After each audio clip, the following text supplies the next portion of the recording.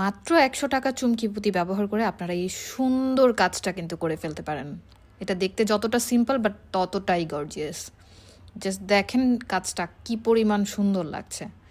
এই কাজটার পুরো প্রসেসটা থাকছে আজকের এই ভিডিওতে, এবং পুরো প্রসেসটা দেখতে হলে অবশ্যই ভিডিওর শেষ পর্যন্ত দেখতে হবে। প্রথমে এরকম একটা জবা ফুল শেপের একটা ফ্লাওয়ার এঁকে নেওয়া হয়েছে। আর এখানে যে পুঁতিটা এখন রাইট নাও ইউজ করা হচ্ছে এটা হচ্ছে পাইপ পুঁতি। ২০ টাকা তোলার সেই পাইপ পুঁতি, যেটা আমার খুবই ফেভারিট, আপনারা অলরেডি সেটা জানেন। প্রত্যেকবারে ৪ থেকে ৫টা করে পাইপ পুঁতি ইউজ করা হচ্ছে, এবং যখন আপনারা ৪ থেকে ৫টা পাইপ পুঁতি ব্যবহার করবেন, এটা কিন্তু একবারে সেলাই দেওয়া যাবে না, কারণ একবার যদি সেলাই দিয়ে থাকেন তাহলে কিন্তু এটা উঠে যাবে। এই জন্য ৫টা যখন আপনারা গাঁথবেন, গাঁথার পর পরের সুতাতে আপনারা ওই ৫টার পরের থেকে ২টা পুঁতির ভিতর দিয়ে সেই সুতাটা ঢুকিয়ে আবার ৫টা পুঁতি ঢুকাবেন। আপনারা যদি কয়েকবার রিপিট করে এই কাজটা দেখেন, আশা করছি ব্যাপারটা বুঝতে পারবেন আপনারা।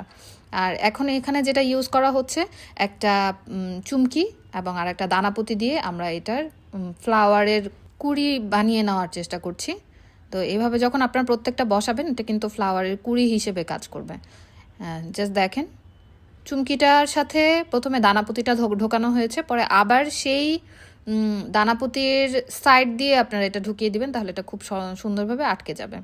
আর এখন যেটা ব্যবহার করা হচ্ছে, এটা হচ্ছে দুই পাশে 2টা পার্ল, আর পার্লের দুই পাশে মানে 2 পার্লের মাঝখানে এবং সাইডে ব্যবহার করা হচ্ছে 2টি করে দানাপুতি।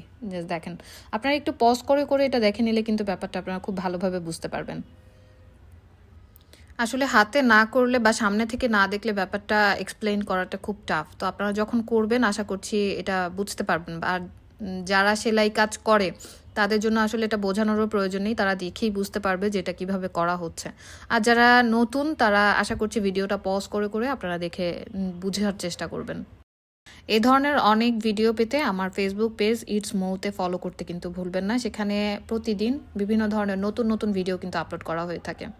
আর এই ভিডিওটা দেখে যদি কেউ এই ফ্লাওয়ারটি মেক করে থাকেন, তাহলে অবশ্যই আমাকে কিন্তু পিকচার পাঠাতে ভুলবেন না। কমেন্ট করে জানাবেন শুধুমাত্র এই ফ্লাওয়ারটা দিয়ে যদি আমরা কোনো নর্মাল ড্রেস মেক করে থাকি, সেক্ষেত্রে এই ড্রেসটার প্রাইসটা কেমন হতে পারে। সো ভালো থাকবেন সবাই, আশা করছি আপনাদের সবার কাছে এই কাজটি খুব ভালো লেগেছে।